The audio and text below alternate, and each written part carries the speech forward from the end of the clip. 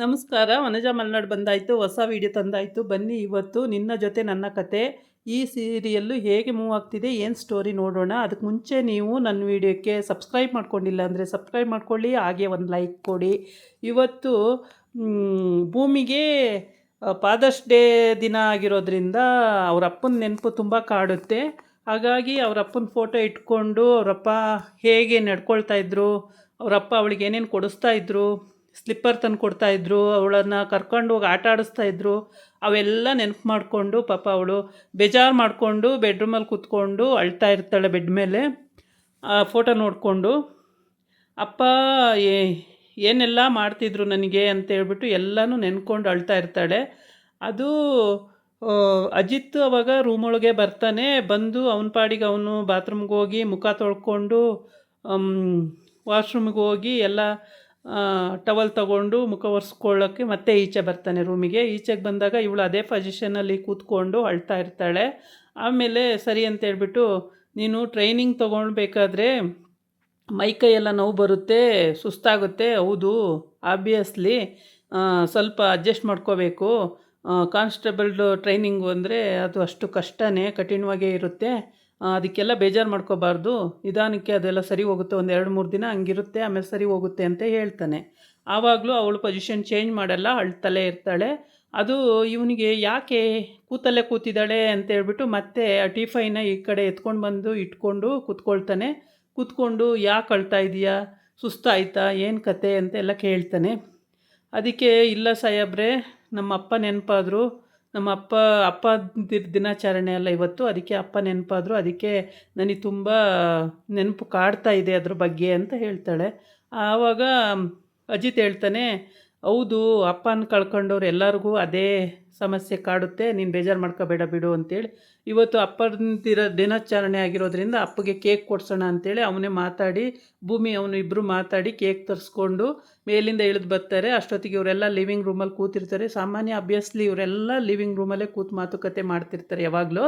ಆಮೇಲೆ ಅಪ್ಪನಿಗೆ ಇದನ್ನು ಕೇಕಿನ ಬಾಕ್ಸನ್ನು ಕೊಟ್ಬಿಟ್ಟು, ಅಪ್ಪ ಹುಟ್ಟುಹಬ್ಬದ ಶುಭಾಶಯಗಳಪ್ಪ ಅಂತಾನೆ, ಅಲ್ಲ ಸಾರಿ, ಅಪ್ಪಂದಿರ ದಿನಾಚರಣೆಯ ಶುಭಾಶಯಗಳಪ್ಪ ಅಂತ ಹೇಳ್ತಾನೆ. ಆವಾಗ ಅವರ ಮಾವಂಗೆ ಬೇಜಾರಾಗುತ್ತೆ. ಅವನು ನನಗೂ ಮಗ ಇದ್ದಿದ್ರೆ ನನಗೂ ಹಿಂಗೆ ನಾನು ಅಲ್ವಾ, ಮಗಳು ಮಗನ ಇದ್ದಿದ್ರೆ ಅಂತೇಳಿ ಅವನು ಯೋಚನೆ ಮಾಡ್ತಿರ್ತಾನೆ. ಭೂಮಿ ಅವಳ ಮಗಳು ಆಗಿದ್ರೂ ಕೂಡ ಅವನು ಇನ್ನೂ ಗೊತ್ತಾಗಿಲ್ವಲ್ಲ ಭೂಮಿ ಅವನ ಮಗಳೇ ಅಂತೇಳಿ. ಹಾಗಾಗಿ ಬೇಜಾರು ಮಾಡಿಕೊಂಡು ಅವನು ರೂಮಿಗೆ ಹೊರಟೋಗ್ತಾನೆ. ಆಮೇಲೆ ರೂಮಿಗೆ ಹೊರಟೋಗಲ್ಲ, ಫಸ್ಟ್ ಇರ್ತಾನೆ ಅಲ್ಲೇ. ಆಮೇಲೆ ಕೇಕೆಲ್ಲ ಅದು ಫೋನ್ ಮಾಡಿಕೊಂಡು ಅವಳ ದೊಡ್ಡ ಮಗಳಿಗೆಲ್ಲ ಫೋನ್ ಮಾಡಿಕೊಂಡು ಅವಳಿಗೆ ಯೋಗಕ್ಷೇಮ ಎಲ್ಲ ವಿಚಾರಿಸ್ಕೊಂಡು, ಅವಳು ಗಂಡನ ಮನೆಗೆ ಹೋಗಿದ್ದಾಳೆ, ಅಲ್ಲೆಲ್ಲ ವಿಚಾರಿಸ್ಕೊಂಡು ಅಪ್ಪು ಅಂದ್ಕೊಂಡು ತುಂಬ ಖುಷಿಯಾಗಿ, ಚೆನ್ನಾಗಿದ್ದೀಯಮ್ಮ ಹಾಗೆ ಹೀಗೆ ಅಂತೇಳಿ, ಹ್ಞೂ ಅಪ್ಪ ಚೆನ್ನಾಗಿದ್ದೀನಿ, ನೀವು ಚೆನ್ನಾಗಿದ್ದೀರಾ, ಫಾದರ್ಸ್ ಡೇ ದಿನಾಚರಣೆಯ ಶುಭಾಶಯಗಳಪ್ಪ ಅಂತೆಲ್ಲ ಹೇಳ್ತಾಳೆ. ಹೌದು ಮಗಳೇ, ಸಂತೋಷ ಅಂತೆಲ್ಲ ಹೇಳ್ತಾನೆ. ಆಮೇಲೆ ಈ ಕಡೆ ಬಂದು ಕೇಕ್ ಕೊಟ್ಬಿಟ್ಟು ಹಗ್ ಮಾಡ್ತಾನೆ. ಹಗ್ ಮಾಡಿದಾಗ ಅವ್ರ ಮಾವಂಗೆ ಬೇಜಾರಾಗುತ್ತೆ. ಅವ್ರ ಮಾವ ಆ ಕಡೆ ಹೊರಟೋಯ್ತಾನೆ ರೂಮಿಗೆ. ಕೇಕ್ ಕಟ್ ಮಾಡಿರ್ತಾರೆ, ಇನ್ನೇನು ಬಾಯಿಗೆ ಇಡಬೇಕು ಅಂದಾಗ ಅವ್ರ ಮಾವ ಇರಲ್ಲ ಅಲ್ಲಿ.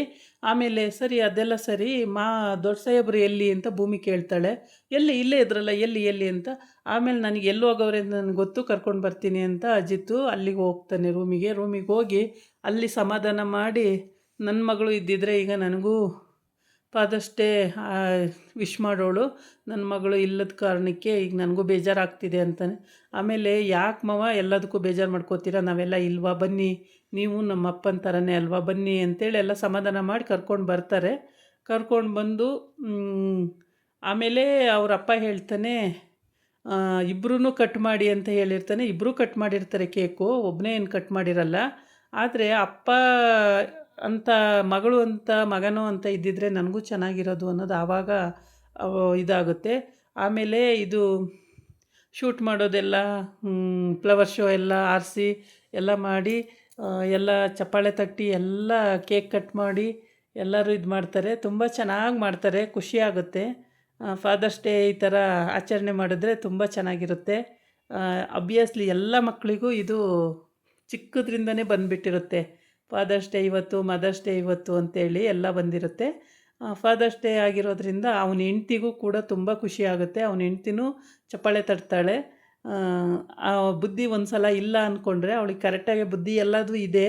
ಆದರೆ ಅವಳು ತಂಗಿ ಮೇಲೆ ದ್ವೇಷ ಇದೆ. ಅದಕ್ಕೋಸ್ಕರ ಆ ದ್ವೇಷ ತೀರಿಸ್ಕೊಳ್ಳೋಕ್ಕೋಸ್ಕರ ಅವಳು ವೆಯ್ಟ್ ಮಾಡ್ತಿದ್ದಾಳೆ. ಅಷ್ಟು ಬಿಟ್ಟರೆ ಅವಳಿಗೆಲ್ಲ ಮೆಮೊರಿ ಪವರ್ ಎಲ್ಲ ಚೆನ್ನಾಗೇ ಇದೆ. ಆ ಥರ ಏನು ಆತಂಕ ಪಡೋ ಅಂಥದ್ದೇನಿಲ್ಲ. ಆದರೆ ಅವಳು ಹೆಂಗೆ ಅಂದರೆ ಸುಮ್ಮನೆ ಏನೋ ಗೊತ್ತಿಲ್ಲ ಅನ್ನಂಗೆ ಅವ್ರು ಮಾತಾಡೋದನ್ನೆಲ್ಲ ಕೇಳಿಸ್ಕೊತಾ ಇರ್ತಾಳೆ. ಆದರೆ ಅವಳು ಮಾತಾಡಲ್ಲ ಅಷ್ಟೇ. ಇದು ಭೂಮಿ ತಾಯಿದು ಹೀಗೆ, ಭೂಮಿ ಅಪ್ಪ ಹಾಗೆ. ಇವಾಗ ಎಲ್ಲರೂ ಕೇಕ್ ಕಟ್ ಮಾಡಿದ್ದಾಯಿತು. ಎಲ್ಲ ಸಮಾಧಾನ ಮಾಡಿ ಇವನಿಗೆ ತಂಗಿ ಹೋಗಿ ಸಮಾಧಾನ ಮಾಡ್ತಾಳೆ. ಇದಕ್ಕೆಲ್ಲ ಬೇಜಾರು ಮಾಡ್ಕೊತೀಯ ಅಣ್ಣ, ಬಾ ಅಣ್ಣ ಅಂತೇಳಿ.